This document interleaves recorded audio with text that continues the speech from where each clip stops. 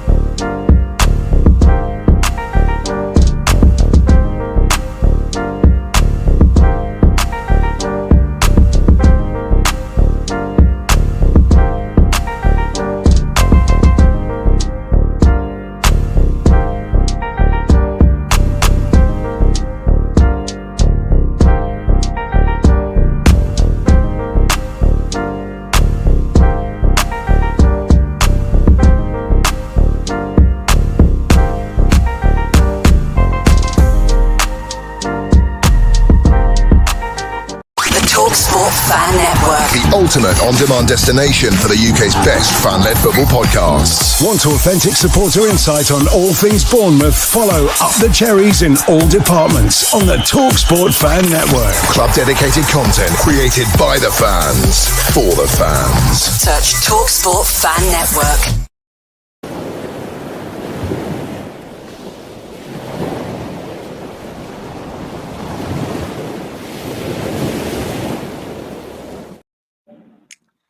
Good morning, Cherries fans, and welcome back to Up the Cherries in all departments, and of course, Cherry AM. Hope everybody's well. We will come to the chat just in a moment, but just to say hello to obviously a very regular face on Cherry AM, and that is my co-host for this morning, Malcolm. Malcolm, how you doing? Yeah, good morning, Matt. Good morning, everybody in the chat. Yeah, I'm okay. Bit sleepy. Bit of a late night last night. Definitely was a bit of a late one last night, which we'll come to very shortly. Obviously, that would be the ladies' England game last night, which we'll touch on this morning. So let's just quickly pop into the chat. Dan Short, morning, Matt and Malcolm. Morning to you, Dan. Hope you're well. And Malcolm's decided to return the greeting there. And Malcolm's also carrying on the VAR theme that we have when we're normally having to wait for Craig, I think, to be fair. But I think we were pretty much bang on time today. But yeah. Paul from Oz, how you doing? Hope you're all well. Great to have you with us as always. And don't forget, everybody, if you haven't checked out the show I did with Paul last week about the 1981-82 season with David Webb, then definitely do give that a check out. It was a good show to do with Paul last week. VAR check over, Malcolm. Yeah, I don't think it was really needed, let alone be over. But morning, Liam. Morning. Cherries, indeed. I hope you're well, buddy. Great to have you with us always, as always. Joe, good morning to you. Happy Friday as well. Of course, we made it through another week. It's Friday. It must be, because obviously you're seeing me on here, so it must be Friday. Chris Hubble, good to have you as always, buddy. Morning, Matt. Good morning. Good morning to you, Chris. Paul, good morning, everyone. Good morning to you, Paul. Badger and Bournemouth fan. Good morning, guys. Yeah, good morning to you. Thank you once again for joining us. And just quickly, Dan Short, well done, England, did it the hard way. And that brings us straight on to our first topic then, Malcolm, doesn't it? So last night, the England ladies, just got past Sweden. I think Sweden will really be waking up this morning and probably kicking themselves at the opportunities that they had to really win that game, to be fair. The first half, England were very poor, very shaky defensively, weren't they? Second half, there was a sub masterstroke, I think, from Serena. But the penalties were just executed from both sides, weren't they? But I mean, Malcolm, first half, it was poor, wasn't it? From England perspective, yeah, it was. Certainly the first sort of 25 minutes, roughly. Sweden were on their game. Very well organised, pressed high up. They sorted out the weakness down the left side, and they had bodies forward.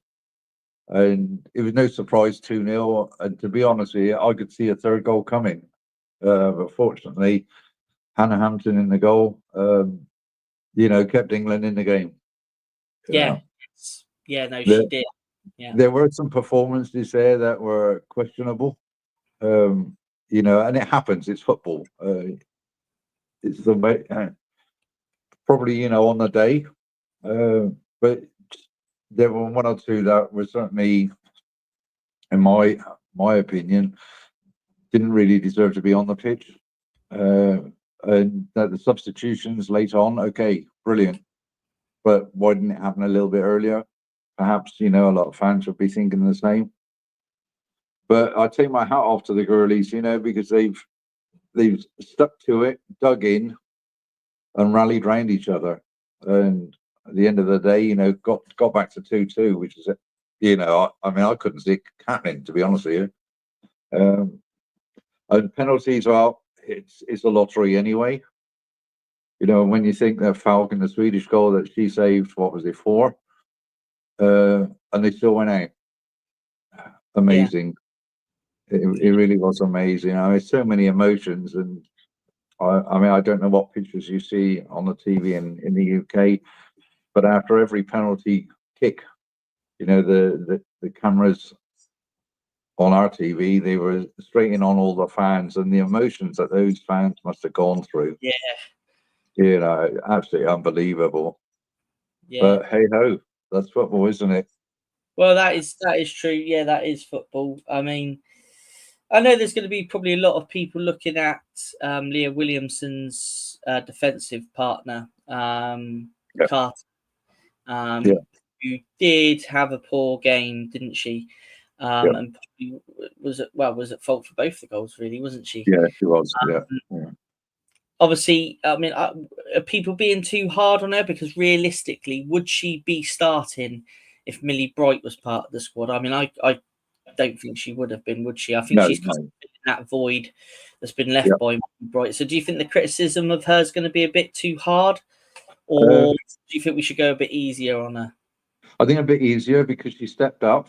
And, the last couple of games were okay. Did things work? They did change things around after the France game, and it seemed to work. It kicked in, everything was fine.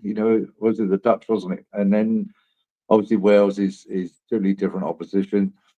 We were expected to win anyway. There's no disrespect to Wales. And I thought, well, okay, it's a steady setup that they got now, and they know each other. They know the way forward, what they got to do. But in all tournament competitions, the further you go, the harder it gets. And there's no given right. Excuse me, my telephone's ringing, and I'm not leaving here. So,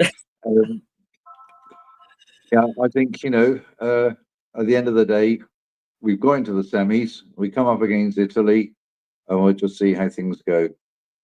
Yes. I'm not going to even make a prediction because even Italy have stepped up. Yeah. So it's nice to be able to say, thank goodness for that we're through. We can sit back and enjoy the other couple of games coming up. With the other side of the draw. So yeah. I think happy. Yeah. Yeah, I think with the Italy game coming up, I think the Italians might see where they can expose England's weaknesses. And not only that, I think they're going to be quite happy as well because they've got the sort of extra rest day as well because they played the evening before, didn't they? Yeah. So I definitely think Italy are going to be a bit of a challenge, but as long as we don't play like we did in that sort of first 25-30 minutes, I think we're going to have a good chance to compete against the Italians. But just touch on the penalties just before we move on to our next talking point this morning. What I didn't understand at all, Malcolm, was, we got to the fifth penalty for Sweden and the goalkeeper stepped up. Now, the goalkeeper, in fairness, I mean, what an immense shootout she had. I mean, to save those, I think the save, I know our keeper made a couple of saves as well, but I think one of them went over the bar as well, didn't they? But, she pulled off some really good saves. And Brilliant. do you think that was a moment of I want to take the full glory here and score the winning penalty as well as making those saves? Or do you reckon that was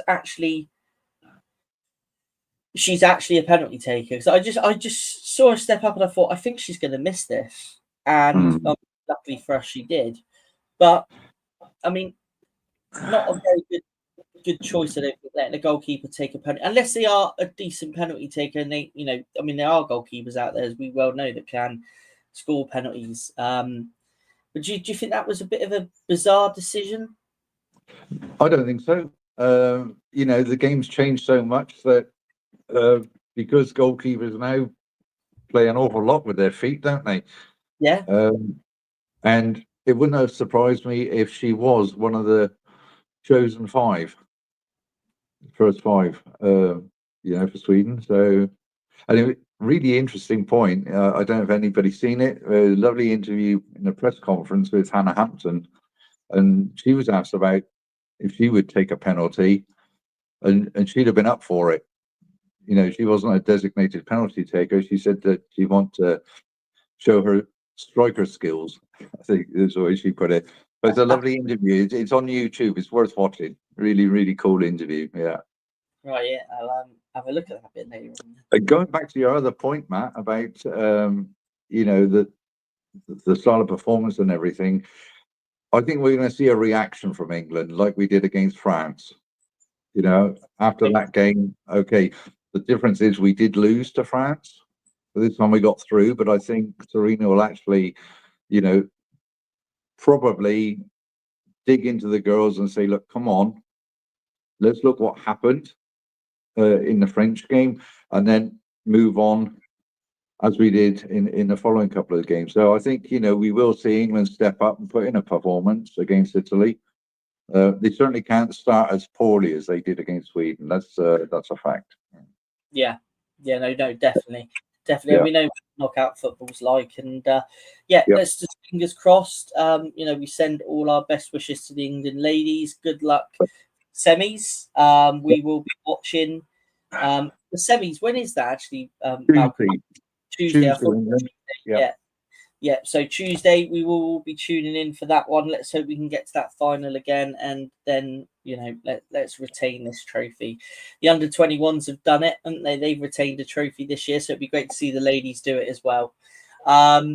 Let's just pop back into the chat for a second. David DaCosta, good morning, everyone. Off to Japan tonight for a cruise.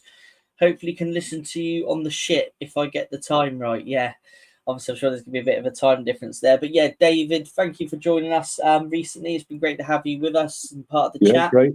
And have fun on a cruise.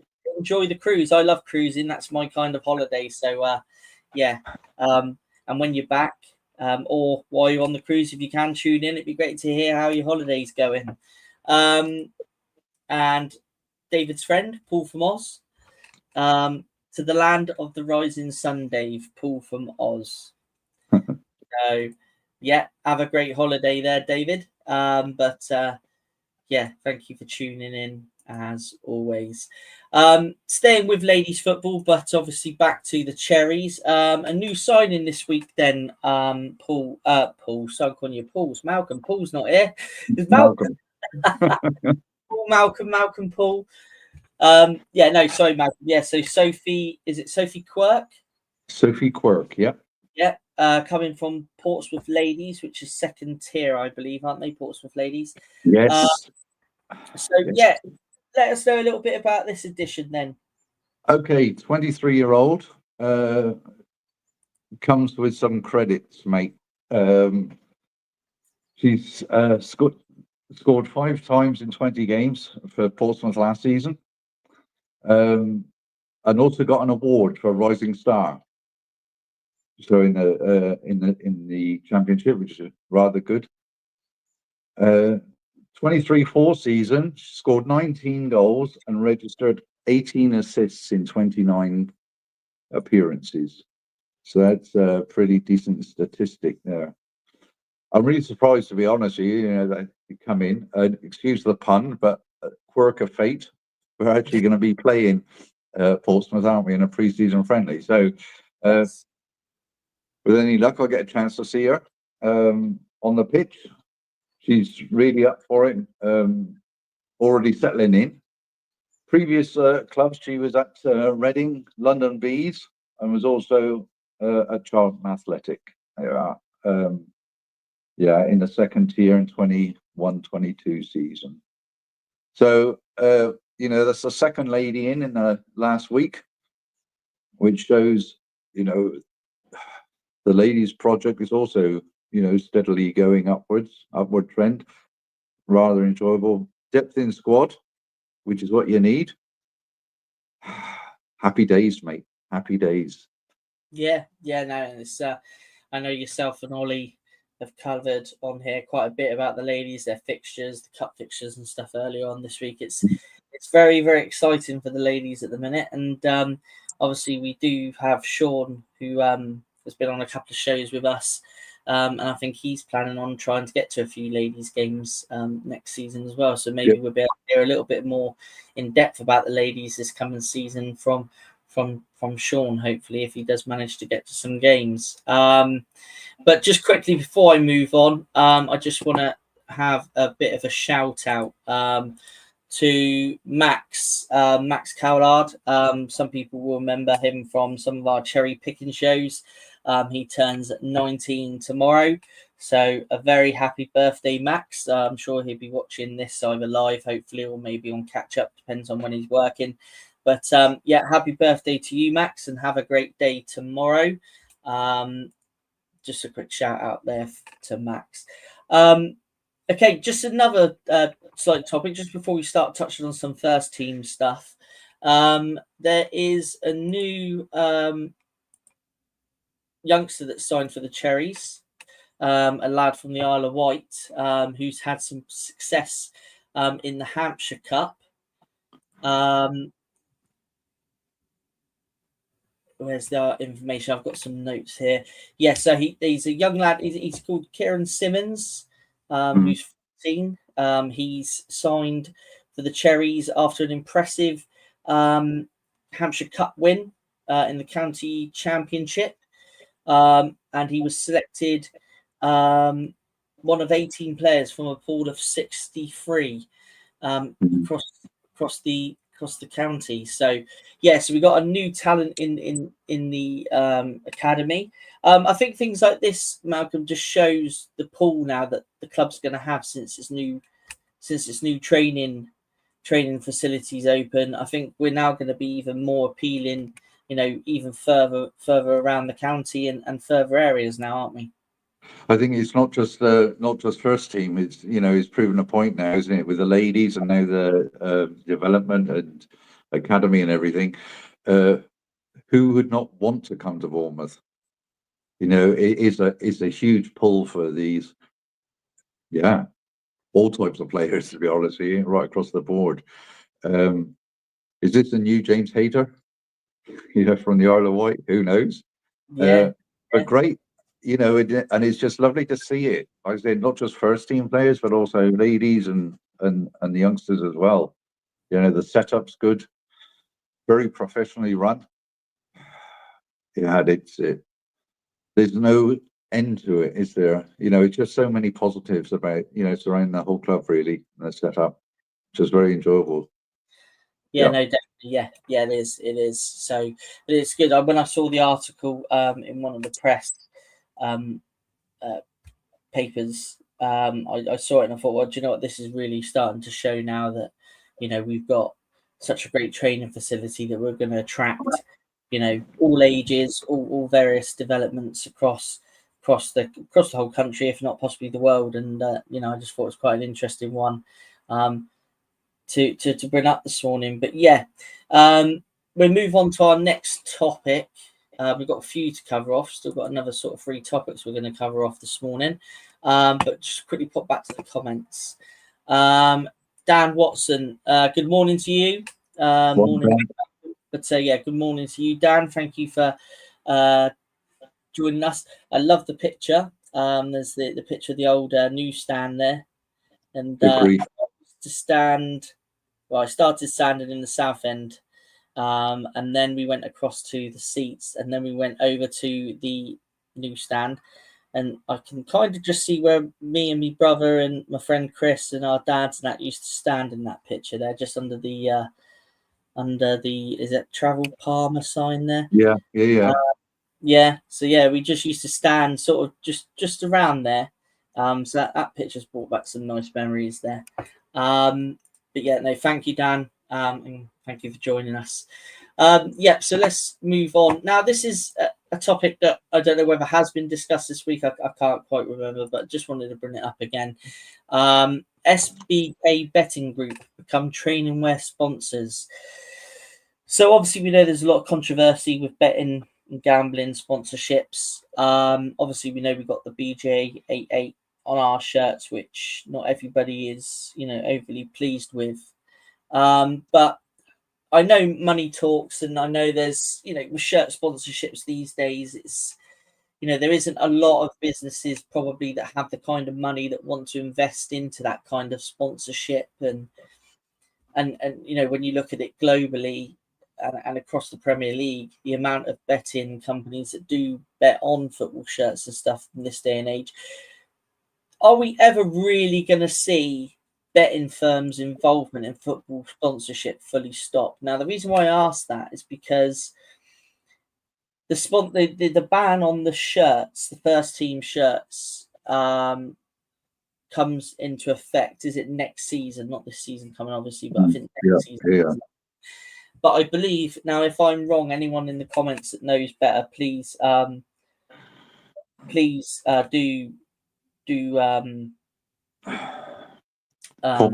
add comments in there. Yeah, sorry, I was just reading. I've just seen a couple of comments come in. Sorry. So do correct me, but I believe they can still sponsor the sleeves, and they're still going to be allowed to sponsor training wear. So, I mean, I can't ever see it fully stopping in football, to be honest. And is that still going to be sending out the right message if it's on the sleeve and if it's on training wear? Well, we spoke off air, didn't we? I said it really is a bit of a loophole, isn't it? Obviously, if it's not on the front of the shirt, it'll be small on the sleeve, whatever. And then, like you mentioned, being on the training kit as well. So there's obviously a loophole there for companies to exploit, and it's up to the powers that be to get it sorted out and deal with it. If they want to sponsor football clubs, shirts, whatever, and plowing money in to have their name on it. I mean, I'm not in favour of it anyway, but personally, I'd like to see them put their names on the inside of the shirt. At least it's on the shirt. They don't say it's got to be on the outside of the inside, but it's just the way it is. Yeah. Where there's a will, there's a way. They'll always find a way around something, won't they? Yeah. I mean, when you look at it, I mean, the days, especially for the likes of Bournemouth, the days are long gone now where you have sort of like your local. I know we had MSP Capital sponsor us during the sort of championship couple of seasons when we went back down, and they sponsored our training wear for a little bit when we were back in the Premier League. But there's not really a lot of local businesses now. I mean, you look back, to some of our classic shirt sponsors like, Seawood and Focal Point Fires, for example. I mean, these, companies, smaller companies now don't have the kind of, money that these Premier League clubs demand, do they? So, I mean, who else is out there that's going to, sponsor these shirts? Yeah, I mean, it's big business, isn't it? And they must plow an awful lot of money into it, I guess. I haven't a clue with figures. I'm not a businessman, so it is difficult, and if you're not going to get anybody national, then you're going to have to go abroad. But who knows? Maybe Bill Foley will come up with a plan for the next one, after BJ88's finished, 2027. He's got enough contacts around the world, hasn't he? Yeah, that is true. But I mean, is it a case that we may see a dual sponsorship of stadium and shirts? Who knows? Who knows? Who knows, Matt? Might have Vitality on our shirts one day again. Well, we did for a little bit, didn't we, during the COVID, when the season stopped and restarted again. Obviously the management deal ran out, and then we had Vitality coming for a little bit. So who knows? We might see something like a dual sponsorship one day. But yeah, I just wondered whether, well, what your opinion was. Are we going to see this sort of fully stop? I don't think we will, considering they're allowed to sponsor other parts of shirts and training wear. But let's just quickly pop back to the comments very quickly. Where are we? Okay. Badger and Bournemouth fan. Off topic, but how large of a city is Bournemouth? Now, I see a couple of comments in there. Dan said, as a town, not big, but a large catchment area with pool. Yeah, definitely. And beyond, I would say as well. So, yeah, that is, totally agree with Dan there. Ollie, good morning, buddy. Hope you're well. Morning, everyone. Hi, Badger. Bournemouth is a fairly small seaside town, not a city, and won't ever be. Morning, Ollie. Morning, Ollie. Yeah, no, that's probably right. Yeah, it's a small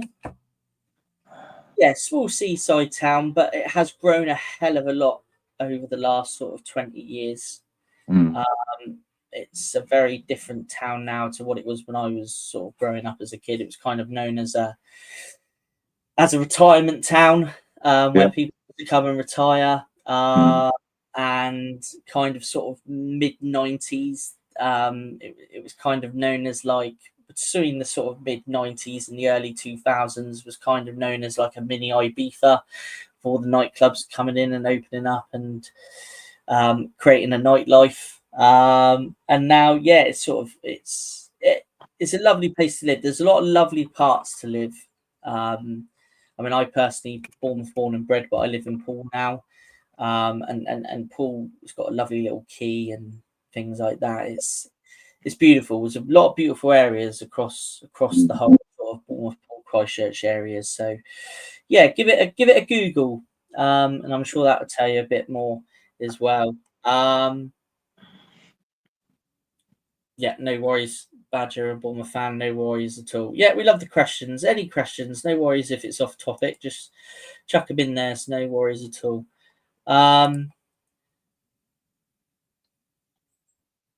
Was there as a teenager myself, miss it, but isn't the new stadium exciting? Yeah, obviously Dan's point I was making with where I used to stand in the old ground. Yeah, the old ground. Yeah, I mean, you don't see these old grounds now, do you? I mean, they used to have a lot of character. Like there's, like I've said before, I used to love going places like Griffin Park and Luton Town, Kenilworth Road. These really old Victorian-looking, stadiums, and that's kind of what the old Dean Court was like. So yeah, many happy memories there. But yeah, new stadium, which if you guys haven't checked it out yet, do pop onto the channel after this. There is a stadium development reaction, which Craig hosts with myself, Malcolm, and Sean. So yeah, jump on there if you haven't seen it already. Let's just carry on with the comments quickly. All betting companies are too much involved with Sky to stop completely. Yeah, I think you probably got a point there, Paul, to be fair. Dan, not sure what SBK is, not as offensive as BJ88. Well, yeah, no, I get that. That's a very good point. To be fair, when I first saw it, I thought it was some sort of like property development company or a bank or something like that. It had that kind of logo on the image of the training shirts that I think Evan Nelson was wearing. So yeah, I don't actually know what it stands for, to be honest. But yeah, it's not as offensive as BJ88.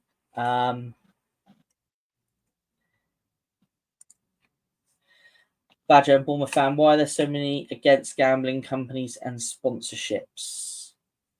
Well, Dan's actually answered that in the chat. You should have a problem with gambling. Lots of thousands no longer do it thanks to help. So prefer no gambling in the sport. Yeah, that is true. You know, a lot of people have been affected by it. And you know, people don't really want to see it on shirts. I just personally, you know, think the sooner it's off the football shirts, the better. I think it should be off there completely. But yeah, no, it's yeah, it does have a great effect on people in negative ways. So yeah, it does. thank you for that, Dan. Dan Short, wonder whether BCP Council will sponsor the stadium. I very much doubt it. Badger and Bournemouth fan, that's understandable. I just think it's another company, but yeah, no, I do. I see the point there where it does have that real negative effect on people, and you know, alcohol was banned from football shirts many years ago, and I think it was cigarette sponsorships in Formula One, wasn't it? Was banned at one point. Yeah, it'd just be nice. I mean, to be fair, I mean, sometimes I do think about it. Wouldn't it be nice just to have sponsorless shirts return? Wouldn't it just? Yeah, definitely. But the crazy thing is, Matt, we can actually go into the shop and actually buy a shirt without the sponsor name on it. So yeah, that is true as well. Yeah, that is true as well. I like the C sponsor, not SBK. Not a fan of that. Yeah, I don't think there's many fans that are you know, won't be a fan of that. So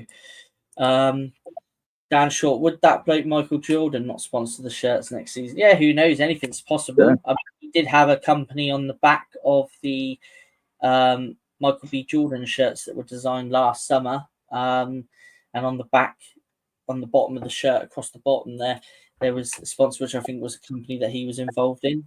I think that's what it was. Yeah, so would be interesting. Always a possibility.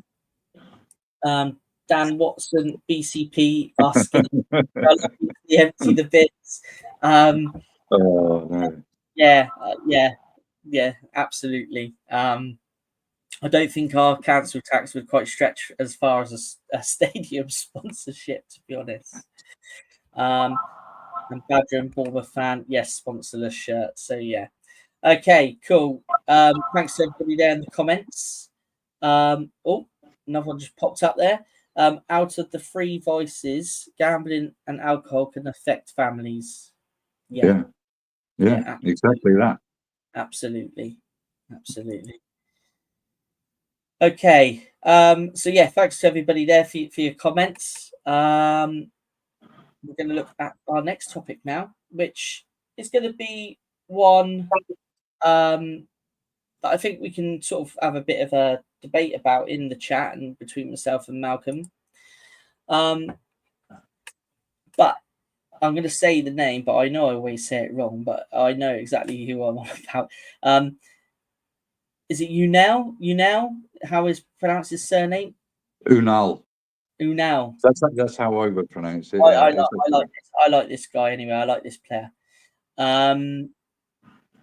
Back in training, there was pictures of him yesterday, I think, or the day before, where he was back training, and you could see on his knee, if you looked at his knee quite closely, you could see the detail of the scar where they've obviously opened his knee up to repair his ACL. But a question for everybody in the chat, and a question for you, Malcolm. Does he have a future at Bournemouth? Now, earlier on, sort of in the year, sort of around the transfer window time, before Enes picked up his injury, which then for Unal to pick up his injury a few days later, before obviously Enes was injured, there was a lot of talk about him possibly going out on loan. And then obviously we had the injury, and it looked like he was going to have to step in as the first choice striker for the period while Evan Nilsson was going to be out, and then unfortunately got injured in training himself. I like him. I like him.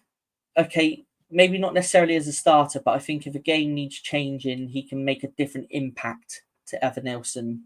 Obviously not a bad free kick taker as well from the goal he scored last season. I'm sure everybody will remember. But for this guy, it's. I think he wants to really be the first choice player, and I don't think he's obviously going to be with Evan Nilsson. But does he have a future here? I think, to be honest with you, I think they're going to keep him for another season. And see how it goes. I go along with it. Yeah, certainly as an impact player, he doesn't have the pace that Evan Nilsson has. But having been off for so long and then bringing back up to speed, obviously it's going to take some time, and they'll have to manage his minutes anyway. Who knows? Because he might not even make the bench. That is a distinct possibility. Now, whether he'll decide to stay or whether the club says, "Look, we've got an opportunity to send you out somewhere on loan." It might not even, wait to the end of the season. It might even come up before, the next transfer window. It's questionable. I'd like to see him stay, my opinion, but I don't think it's going to happen for him at Bournemouth. I really don't, because they are looking to bring other players in, and I just don't think it'll fit the bill at the end of the day. Unfortunately, I'd like to see him stay and see him progress and show his true potential. Not sure.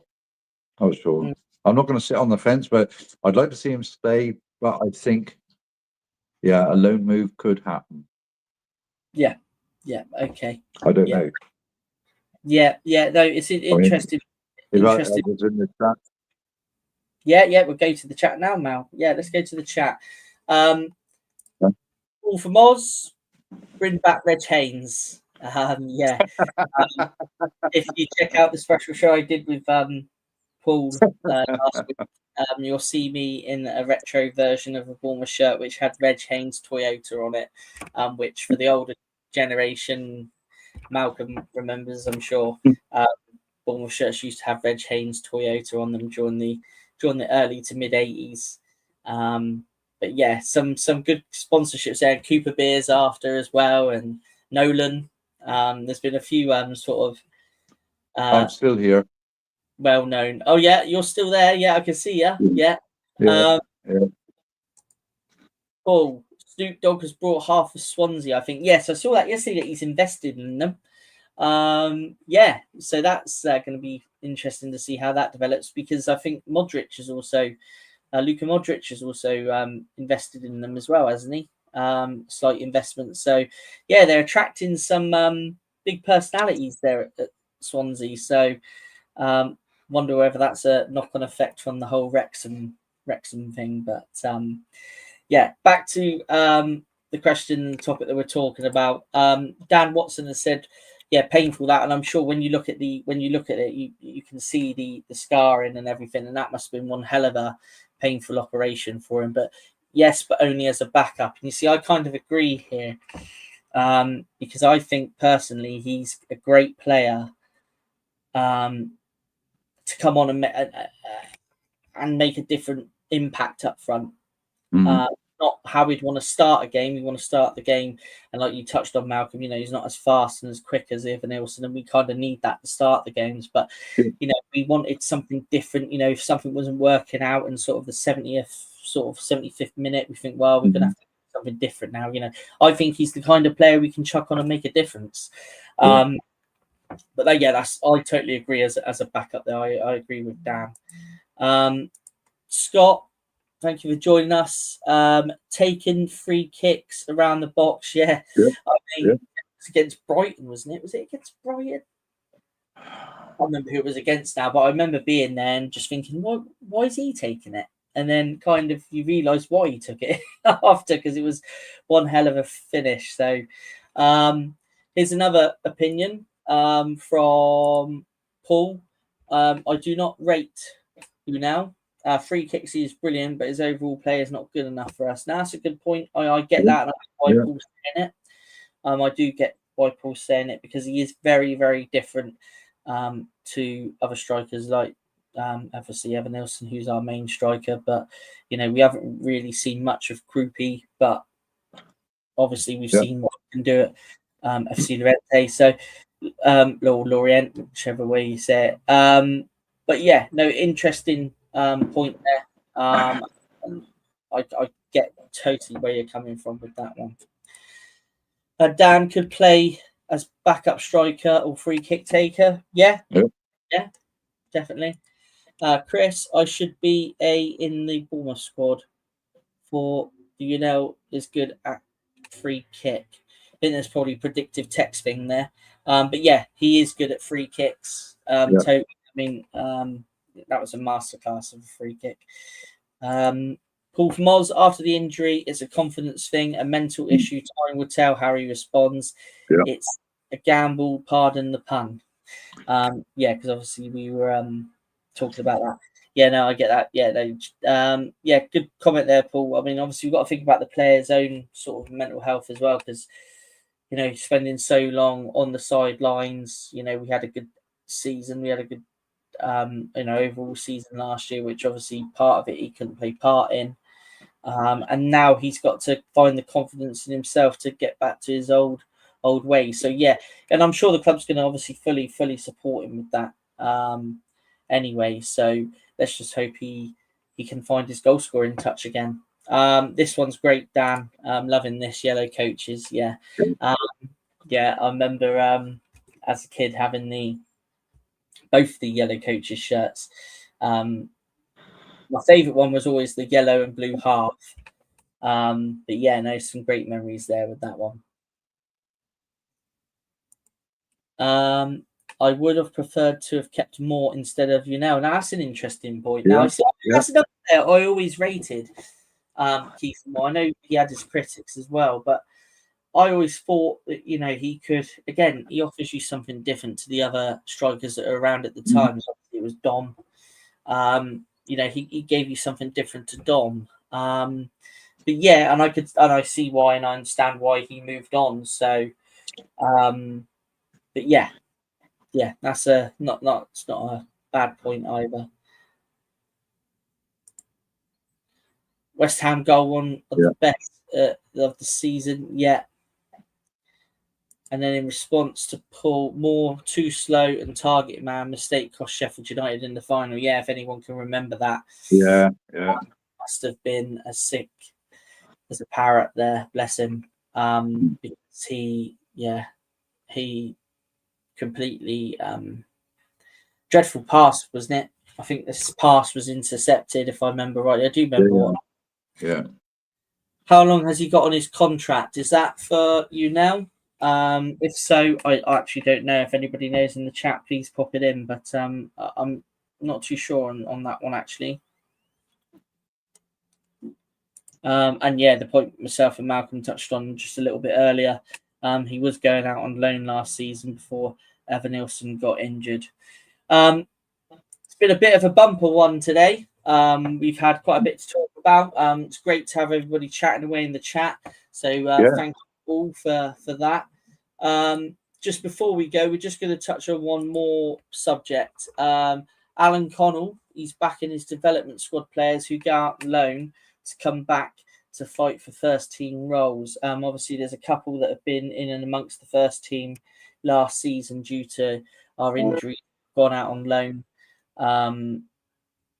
Just over the last week or so, I think one's gone to Eastleigh and one's gone to Truro. And I think it was Max Kinsey and Archie Harris. I think they're two. There might be some more that have gone out as well. But that's the important thing about development squads, isn't it, Malcolm? That, the club, and as we saw from the Pathways documentary, the club prepares them so well to be in that first team environment that they can then go out and play with clubs. And we've lost Malcolm. We've got a technical hitch here. We've lost Malcolm. Let me go back to the comments quickly and see if Malcolm reappears.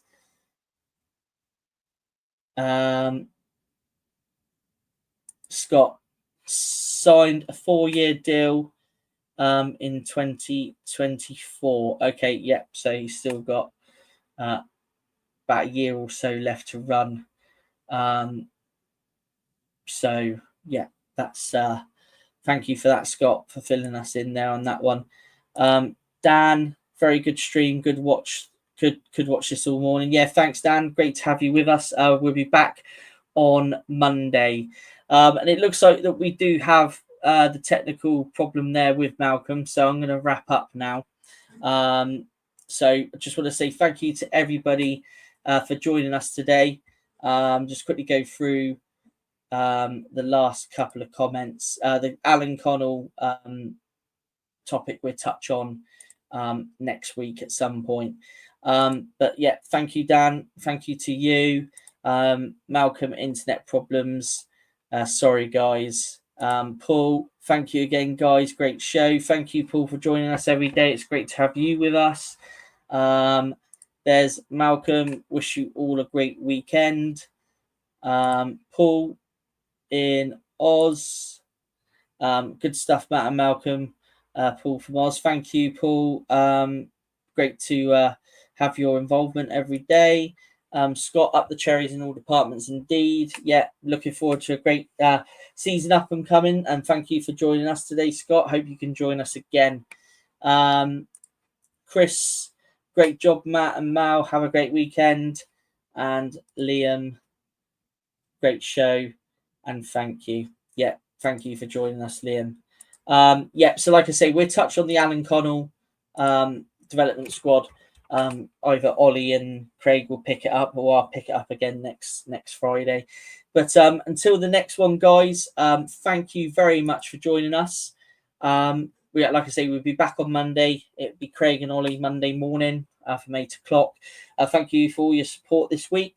And until the next one, up the cherries.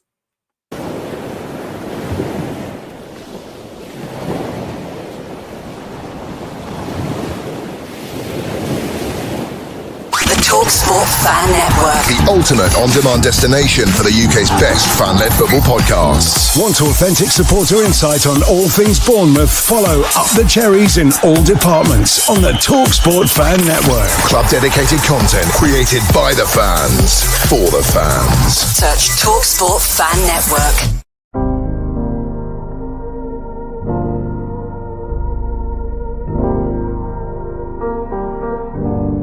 I should be like you, Mel.